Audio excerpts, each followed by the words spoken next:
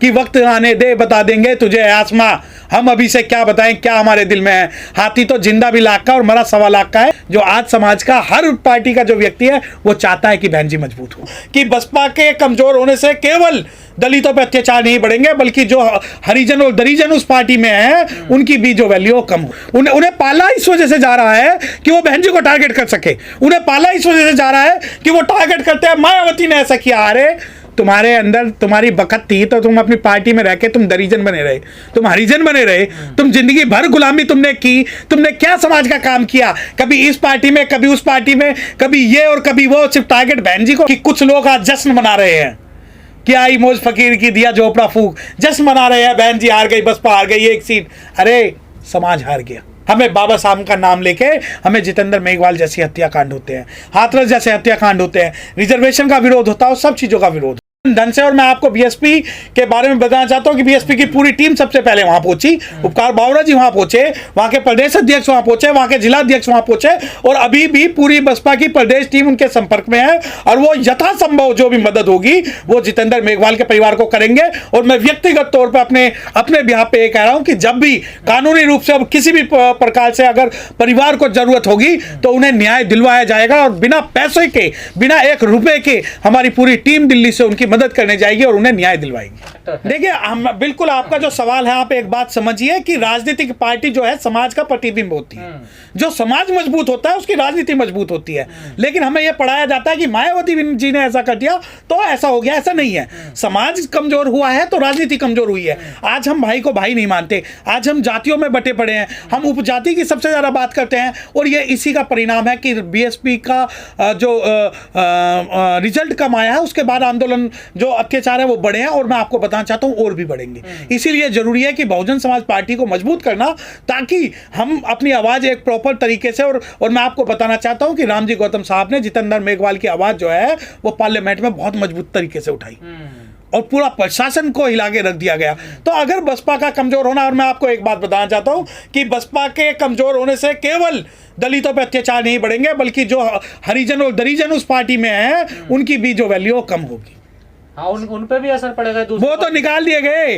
आप देखिए इस घटनाक्रम में जितने हरिजन और जितने दरिजन हैं वो सब जो है वो उन्हें कोठियों से बाहर निकाल के फेंका जा रहा है। वो रो रहे हैं जो कहते थे कि नीचे जमीन ऊपर आसमान, पासवान ही पासवान, जो कहते थे नीचे जमीन ऊपर आसमान, पासवान ही पासवान। आज उन्होंने उस पासवान साहब का, ना केवल पासवान साहब का जो उन्होंने अपमान किया बल्कि बाबा साहब डॉक्टर भीमराव अम्बेडकर का भी अपमान किया। और आप ये देखिए जो कोसने वाले हैं बहुजन समाज पार्टी को, आज वो अपने बिलों में दुबके हुए हैं।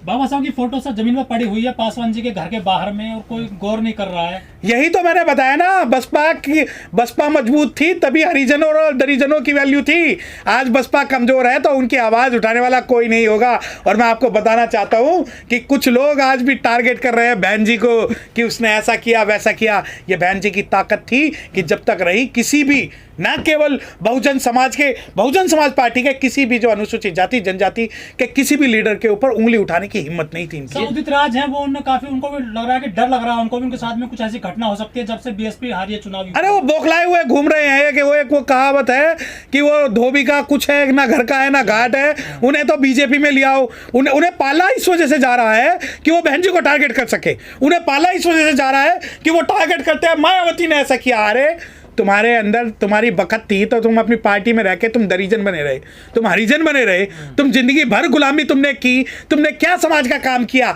कभी इस पार्टी में, कभी उस पार्टी में, कभी ये और कभी वो, सिर्फ टारगेट बहन जी को। अरे बहन जी को कोस कर जितनी मलाई खानी थी खा ली। अब आपको बताएंगे कि अगर हमारी बखत है कि वक्त आने दे बता देंगे तुझे आसमां, हम अभी से क्या बताएं क्या हमारे दिल में है। हाथी तो जिंदा भी लाख का और मरा 1.25 लाख का है। अगर हाथी की कीमत पे आओगे तो तुम जैसे को 36 को खरीद लिया जाएगा। एक बात समझ में नहीं आई वकील साहब, बीएसपी चुनाव तो उत्तर प्रदेश में हारी है लेकिन दुख लोगों को हर राज्य में जिन्होंने वोट भी नहीं दिया। देखिए एक बात समझिए, बीएसपी केवल राजनीतिक पार्टी नहीं है। बहुजन समाज पार्टी की जो बहन कुमारी मायावती है वो सर का ताज है हर अनुसूचित जाति के लोगों का। आप ये मानिए, मैं आपको बताना चाहता हूं कि सैकड़ों हजारों ऐसे लोग हैं जिन्हें दुख हुआ है। उन्हें दुख इस वजह से हुआ है जो लोग ये कहते हैं कि भाई बसपा हार गई। बसपा नहीं हार गया, समाज हार गया। समाज हार गया। आप ये देखिए कि समाज में 1.25 करोड़ लोग, 1.25 करोड़ लोगों ने इस बार वोट दिया, पिछली बार लगभग 2 करोड़ लोगों ने वोट दिया। 2 करोड़ लोगों की आवाज़ दबा दी गई, 2 करोड़ लोगों की आवाज़ दबा दी गई। और उस आवाज़ दबाने का परिणाम ये हुआ कि कुछ लोग आज जश्न मना रहे हैं कि आई मौज फकीर की दिया झोपड़ा फूक, जश्न मना रहे हैं, बहन जी हार गई, बसपा हार गई 1 सीट।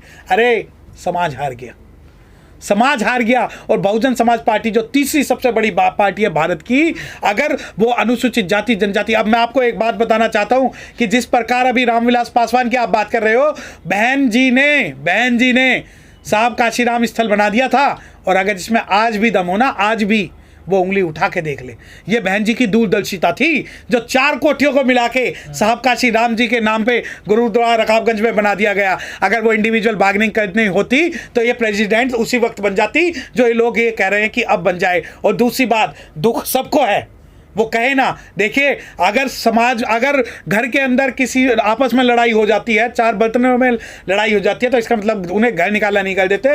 ये समाज की ताकत है जो आज समाज का हर पार्टी का जो व्यक्ति है वो चाहता है कि बहन जी मजबूत हो। लेकिन सर चिराग पासवान तो कहते थे कि मैं तो हनुमान हूँ मोदी जी का, उनके साथ में ऐसी घटना हुई है। देखिए, हनुमान की पूंछ में तो आग लगाई गई थी। अगर वो अपने आप को हनुमान मानते हैं तो हनुमान की पूंछ में आग लगा के लंका भेजा गया था, तो अभी आग लगाई है और इन्हें कहीं और भी भेजा जाएगा। ठीक है, क्योंकि इन्होंने जब मुद्दों की बात हुई, जब ये मुद्दों के लिए कभी बहन जी के साथ नहीं है।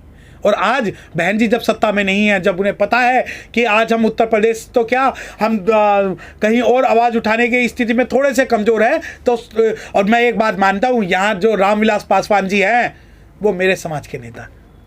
मैं जितना बहन जी का सम्मान करता हूं उतना ही मैं उनका करता हूं, परंतु जो ये हुआ, और आप ये देखिए कि जो एक विशेष जाति को कोसने वाले लोग जो कहते हैं कि बहुजन समाज पार्टी में एक जाति का वर्चस्व है और उस जाति के लोग मलाई खा रहे हैं, तो मैं पासवान साहब की पार्टी में पूछना चाहता हूं, क्या आपकी जाति को दुख होगा? क्यों आपने आवाज़ नहीं उठाई? क्या रामविलास पासवान सिर्फ और सिर्फ एक जाति के थे? क्या कारण है आज चिराग पासवान भी जो है इंटरव्यू देते हैं और चले जाते हैं? अरे अगर कम से कम बाबा साहब का तो सम्मान करना चाहिए था। सर बीजेपी अम्बेडकर मिशन चला रही है सर, अब दलितों को खींच रही है अपनी पार्टी में। देखिए, बीजेपी क्या आरएसएस शुरू से ही चला रही है? अगर आरएसएस की हम बात करें, जो हमारे प्रधानमंत्री है, प्रधानमंत्री ने पंचतीर्थ बनाए। जो वर्तमान के प्रधानमंत्री हैं, इन्होंने सबसे ज़्यादा जय भीम किया। जो वर्तमान के प्रधानमंत्री हैं, उन्होंने सबसे ज़्यादा बाबा साहब की बात की। जो वर्तमान के प्रधानमंत्री हैं, उन्होंने सबसे ज़्यादा अनुसूचित जाति की योजनाओं का ऐलान किया। परंतु क्या इन योजनाओं से और जय भीम करने से जो संवैधानिक मूल्य हैं उनके आधार पर सामाजिक समरसता बनी? नहीं बनी, क्योंकि ये मिसफायर करते हैं। हमें बाबा साहब का नाम लेके हमें जितेंद्र मेघवाल जैसी हत्याकांड होते हैं, हाथरस जैसे हत्याकांड होते हैं, रिजर्वेशन का विरोध होता है और सब चीज़ों का विरोध होता है। कह रहे 2025 तक संविधान खत्म हो जाएगा पूरी तरह देश में। अरे इनकी औकात तो संविधान क्या एक शब्द हटाने की नहीं है, ख़त्म करने की तो बात बहुत दूर की है। संविधान जब ख़त्म करेंगे तो हम जो लोग हैं काला कोट पहन के जो बैठे हुए हैं, हम में बहुत ताकत है। हम संविधान को बचाने के लिए अगर हम सुप्रीम कोर्ट में भी जाएंगे तो सड़कों पर भी आएंगे। तो ये छोड़ दीजिए, ये जो झुंझुना है वो संविधान किसी सिर्फ एक व्यक्ति का नहीं है। भारत के 95% या 99% जो लोग हैं संविधान में विश्वास करते हैं और वो नहीं खत्म होने देंगे। सर एक आखिरी सवाल है, बीएसपी को क्या करना चाहिए? क्या रणनीति में कोई बदलाव क्या करना चाहिए? देखिए, बीएसपी में ये बात आपकी मैं सहमत हूं कि बीएसपी को रणनीति में थोड़ा बदलाव करना चाहिए और जो पुराने जो दीमक हैं उनको बाहर निकालना चाहिए। देखिए, पेड़ को खोखला कर दिया गया है, तने को खा गए हैं, परंतु ऊपर से अब हरा हरा जो नजर आ रहा है, एक आंधी आएगी और वो तना भी गिर पड़ेगा। तो दीमक को पेस्ट कंट्रोल करके निकालना चाहिए। और जो भी समाज का ईमानदार सच्चा नेता हो, सिवाय और उसके पैसे को ना देखा जाए। और एक बात ये कि ये मानना कि ये व्यक्ति इतने दिन से पार्टी में काम कर रहा है ईमानदारी की निशानी नहीं है, तो दीमकों को सबसे पहले बाहर निकालना चाहिए, तभी बहुजन समाज पार्टी पनप सकती है।